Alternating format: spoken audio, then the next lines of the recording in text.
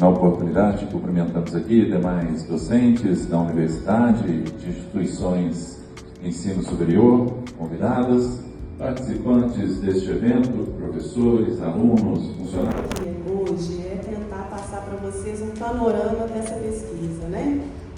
Muitos que ainda não a conhecem. Então, eu queria começar dizendo do termo feminicídio. Ele ficou conhecido em 1976 com uma socióloga sul-africana chamada Diana Russell, no primeiro Tribunal Internacional de Crimes contra as Mulheres, na Bélgica. A gente sabe que o feminicídio é endêmico em todo o mundo, mas o feminicídio brasileiro é claramente a expressão que supõe a especificidade de um tipo de crime, gênero e um determinado lugar no Brasil. Haveria ainda algo a dizer, sobretudo interrogando a psicanálise, ao considerarmos o feminicídio em um país, o nosso? A resposta para essa pergunta nos veio em 2023, quando nos demos conta de alguns dados sobre violência de gênero contra a mulher, divulgados pela Organização Pan-Americana de Saúde, por algumas ONGs atuantes nessa área. A nossa própria prática no campo de estágios, na formação universitária, e na nossa aproximação ao campo das ciências humanas e sociais, sobretudo ao campo da geografia política. Essas fontes demonstravam haver um cenário que se particularizava nesse imenso território continental, que é o da América Latina, no qual o Brasil se localiza frente a um contexto mais amplo do feminicídio no mundo. Tratavam-se de dados do século XXI, há exatamente 10 anos atrás, no mapa da violência de 2015, quando havia uma lista de 83 países que mais mataram mulheres no mundo, cujos dados então foram compilados pela OPAS, a OMS e a ONU para Mulheres. Chamou a nossa atenção, e também desses órgãos internacionais, o fato de que dos 20 primeiros países dessa lista, 11 estavam na América Latina. E o Brasil localizava-se no 5º lugar, como o país que mais havia matado mulheres em taxas por 100 mil habitantes no mundo.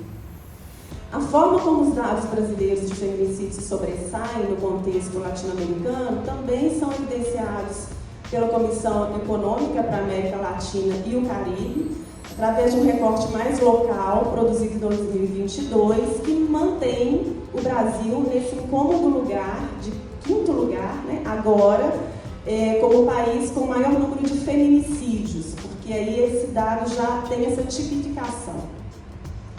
Em 2024, o Anuário Brasileiro de Segurança Pública informa que o Brasil bate recordes de feminicídio desde 2015, então há 10 anos batemos esse recorde, E o IPEA informa para a gente que a violência de gênero atinge mais diretamente os corpos de mulheres pretas, trans, pobres e periféricas. A geógrafa brasileira, Giovanna Moscatiello, nos lembra que a própria nomeação dada a essa região se deve a seu passado colonial. Nas palavras dela, abre aspas, na América Latina, corpo de mulher é perigo de morte. E é ela que nos convida a pensar o feminicídio como um crime de continuidade da violência colonial. Então, esse recorte é o que nos leva, então, a considerar a presença de certos ordenadores sociais coloniais presentes de forma marcante no território latino-americano, repercutindo diretamente nas noções e nas relações de gênero que aqui se produziram e que, inegavelmente, indicam um horror ao feminino, parece ter se estabelecido de modo particular na América Latina e no Brasil. A lente a qual Moscatiello nos convida a ler o problema do feminicídio é a mesma que conta a história das violências que nos constituiu como um Estado-nação. Dirigidas, então, são as mesmas violências, que foram dirigidas ao corpo das mulheres, em especial as que foram escravizadas, as de povos originários, mas também as mulheres brancas de origem europeia, e, sobretudo, a corpos divergentes atravessados pelo feminicídio. Quero lembrar da sentença dada em 1612 por missionários franceses a um indígena Tibira, no Maranhão, que, segundo os missionários, cometia o crime de, abre aspas, ter uma tenda pública nas quais se servia de mulher, a quantos escreveu. O crime era se servir de mulher. Como punição, esse indígena teve seu corpo amarrado à boca de um canhão, cuja explosão pública o divide em duas partes. Nesse sentido, é preciso também dizer que o discurso da miscigenação, que marca um ideal étnico-racial romantizado no país, foi construído, como nos lembrou muitas vezes o professor Jaqueline no nosso grupo de pesquisa, através de reiteradas práticas de estupro dos corpos de mulheres pretas, pardas e indígenas. Ou seja, a história da constituição do povo brasileiro é marcada por essas misturas, entre aspas, de povos e culturas que aqui se deram, originaram-se, na verdade, de uma história de violação e domínio dos corpos femininos neste processo. E aqui é importante lembrar que o Brasil foi o último país da América Latina a abolir a escravização, de modo que entre o final do período colonial e da escravização prolongaram-se por aqui quase 400 anos. E isso evidencia fortes efeitos de colonialidade na construção da nossa sociedade. Então, se a causa do feminicídio está suficientemente ligada a efeitos advindos de sociedades patriarcais e sexistas, caberia perguntar, através da psicanálise, a que essas estruturas respondem, considerando os elementos que balizam e sustentam a sociedade ocidental. Diante disso, nos propomos investigar nossas heranças coloniais enquanto reverberações estruturais nos crimes de feminicídio no Brasil, propondo então caminhos para o enfrentamento do problema. Dirigimos nossa pergunta a mulheres sobreviventes de feminicídio, no exercício que põe em marcha a nossa escuta enquanto psicanalistas, a fim de buscar, no discurso de cada uma, aquilo que poderia responder ao nosso problema de pesquisa. Entre 2023 e 2024, buscamos ouvir 10 mulheres no estado de Minas Gerais, sendo que, em 2025, começamos a ouvir mulheres indígenas e quilombolas. Chegamos a todas elas através da indicação de outras mulheres atuantes na área, instituições, associações, ONGs, comunidades quilombolas, órgãos públicos que já vinham atuando no campo da violência de gênero. E os encontros com essas mulheres se deram nos locais em que elas escolheram. Escolhemos a metodologia das narrativas memorialísticas, que a professora Jaqueline depois vai falar um pouco mais para a gente, né? Mas por entender que essa metodologia tem se mostrado suficientemente adequada em pesquisas nas quais o trauma e a violência estão em questão, sendo abordados de forma cuidadosa e não invasiva, através da técnica proposta por Freud no convite à associação livre. Metodologia, né, que a professora Andréa Guerra e Jaqueline Moreira têm desenvolvido. Gostaria, então, de trazer para vocês alguns resultados parciais daquilo que encontramos até aqui. Para respondermos se o feminicídio brasileiro se reproduz através de heranças coloniais e reverberações estruturais, foi preciso identificar, no contexto das narrativas, o que chamamos de marcadores de violência colonial de gênero. Já na primeira escuta da primeira narrativa, uma categoria se impôs, de modo que volta a aparecer em quase todas elas, mas de modo particular nas narrativas de mulheres pretas e pardas: a noção de corpo-território. Descobrimos que o termo já existia no campo das ciências sociais, estando fortemente atrelado. O Geuri hoje não admite distrações, o feminicídio. Ou mais precisamente, o feminicídio brasileiro, com suas marcas de colonialidade, racismo, misoginia e silêncio. Reunimos hoje sob o signo da dor das mulheres, cujas vidas foram interrompidas pelo feminicídio. Esse crime, que não é apenas individual, mas histórico, estrutural e sistematicamente alimentado por séculos de colonialismo, racismo e patriarcado. É preciso escutar, denunciar, articular coletivamente. O feminicídio brasileiro pode ser pensado como ápice de um processo longo de dominação.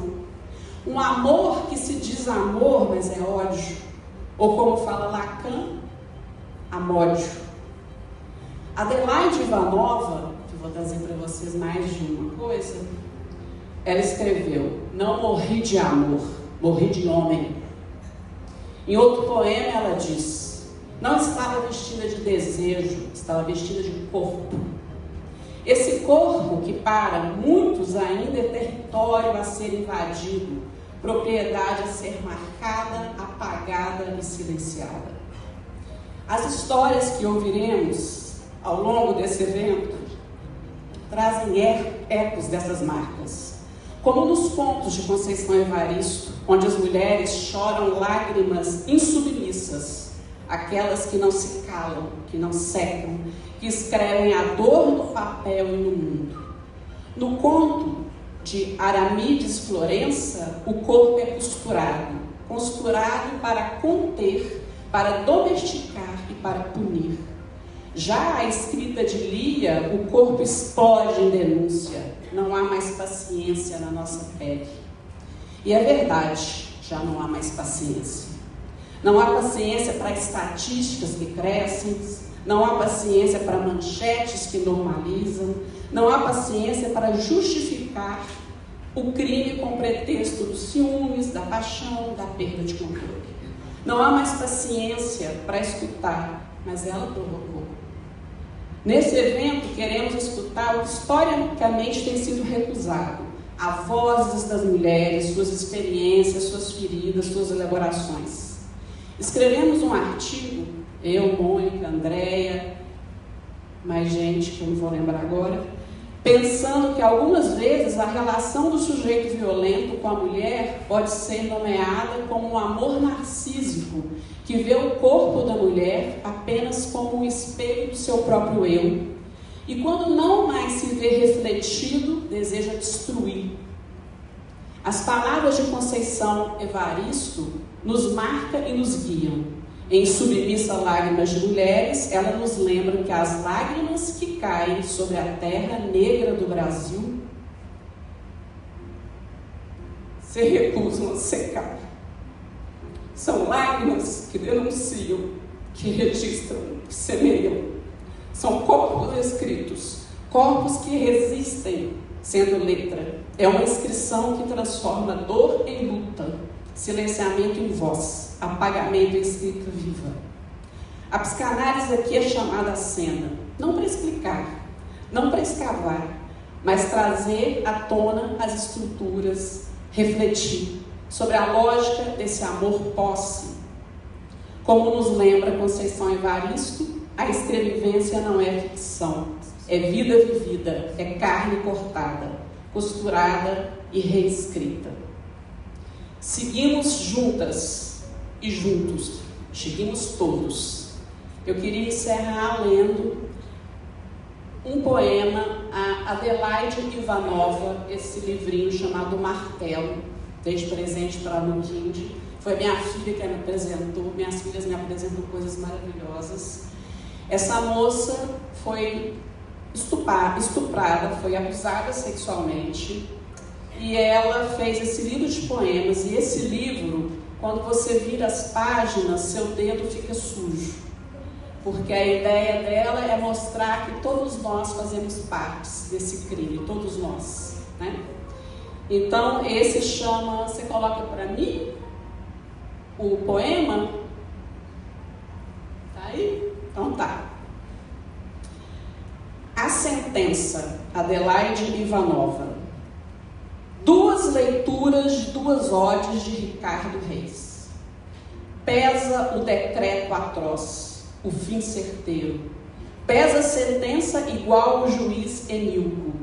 Pesa como bigorna em minhas costas. Um homem hoje foi absolvido. Se a justiça é cega, só o shampoo é neutro. Com pouca diferença na inocência do homem e das hienas, deixe-me em paz.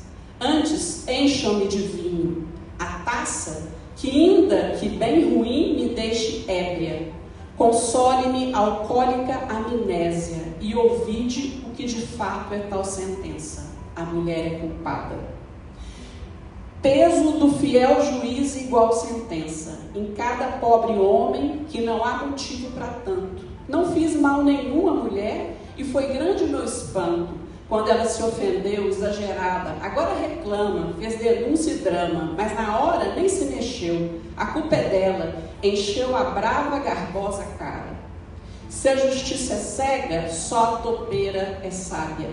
Celebro abalançado o evidente indulto, pois sou apenas homem, não um monstro, lexai a mulher no trauma. O juiz então absolve o rapaz, né? E ela escreve esse livro de poesia para transmitir para a gente essa dor. Então, nós vamos começar, nós já começamos o evento, vamos começar as reflexões. Essa mesa vai funcionar da seguinte forma: a professora Mônica vai fazer um panorama que ela me falou que ela vai fazer uma coisa de 20 minutos, né? Depois eu vou apresentar rapidamente um pouco o método que a gente usa das narrativas memorialísticas. Vou passar a palavra para Leônia, depois para o Davi, e falei que ia deixar a Andréia por último, porque eu sei que ela tem uma capacidade de fazer costura. Ela faz o ateliê de costura com a Maria, né? Então, gente, sejam bem-vindos. Vocês vão ter o prazer de ver as belezas da Dani e da Maria aqui. Passando a palavra para a Mônica, que agradeço muito, né, por esse convite, e vocês perdoem as minhas emoções.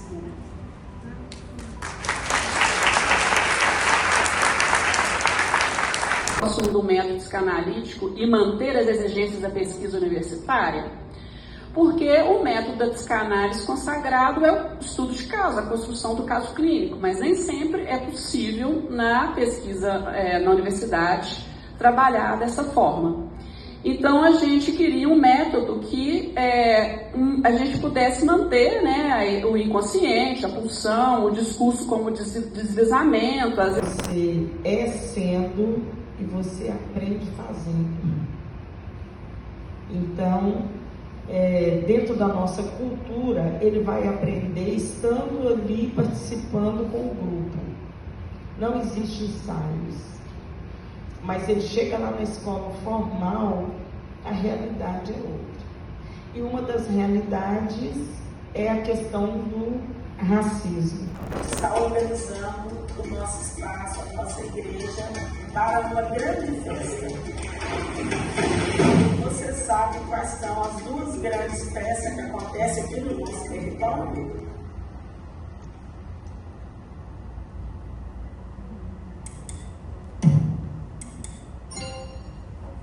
As duas grandes festas que acontecem aqui é a festa da abolição em maio e a festa de Nossa Senhora do Rosário em outubro.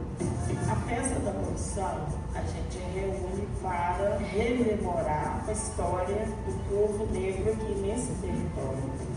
Nossa Senhora do Rosário é a nossa rainha principal. Ela vinha acalentar as dores do escravo quando sofriam os maus tratos. Nós fomos sequestrados da África, trazidos para o Brasil. Só que o que a gente trazia dentro de nós, ninguém conseguiu tirar.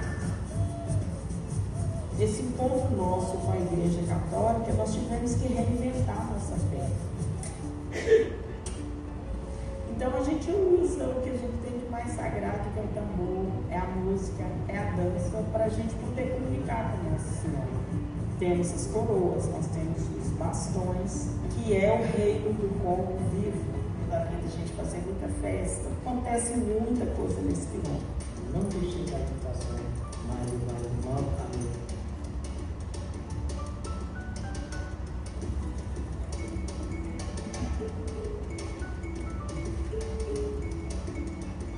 Nós somos um quilombo rural em situação urbana.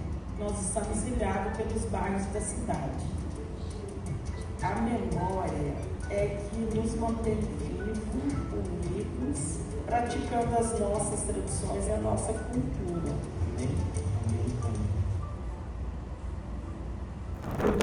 Do CIMI, que foi publicado esse ano, mas que compila os dados do ano passado, 2024. Inclusive, para a gente pensar sobre o feminicídio e mulheres indígenas. Enquanto a Juliana estava trazendo no início da fala, essa prosa com as minas, eu rapidamente deixei a câmera porque eu lembrei também que a gente teve a honra do Conselho Regional de Minas, a publicação, né, das diversas psicologias das minas. Eu também tive uma contribuição junto com a Aquila e Débora, onde a gente fala da trajetória de mulheres negras, indígenas e quilombola nesse campo da universidade, que traz muitas disputas de saberes e intelectualidade, se possível. Então, muito feliz assim, dessa aproximação também com o estado de Minas Gerais, e eu estou vindo de uma viagem, né, lá de Juiz de Fora, onde aconteceu o 7º encontro da Abrasme. Então, estou muito feliz, né, que a gente está colocando e movimentando em Minas as pautas também das questões indígenas. E aí eu fiquei pensando inicialmente, né, de como trazer esse debate para a gente pensar essas questões de violências direcionadas aos corpos, especialmente das mulheres. E no nosso outro encontro eu trabalhei um pouco sobre uma pesquisa, daquelas que buscam respostas. Procurei entre portas e janelas, entre palavras de amor e de violência. Busquei respostas em lugares profundos, desconhecidos. Não encontrei nada. Fui incapaz de responder a pergunta que me moveu a pesquisar. No primeiro dia, vi corpos que, no convite ao movimento, se deslocaram entre o nervosismo e o riso, uma tentativa de continuar, ainda que no desconforto. No espelho, era quase impossível olhar nos olhos. Eles diziam mais que o silêncio, mais que o desejo de gritar. Foi difícil continuar. Por que eu estava ali?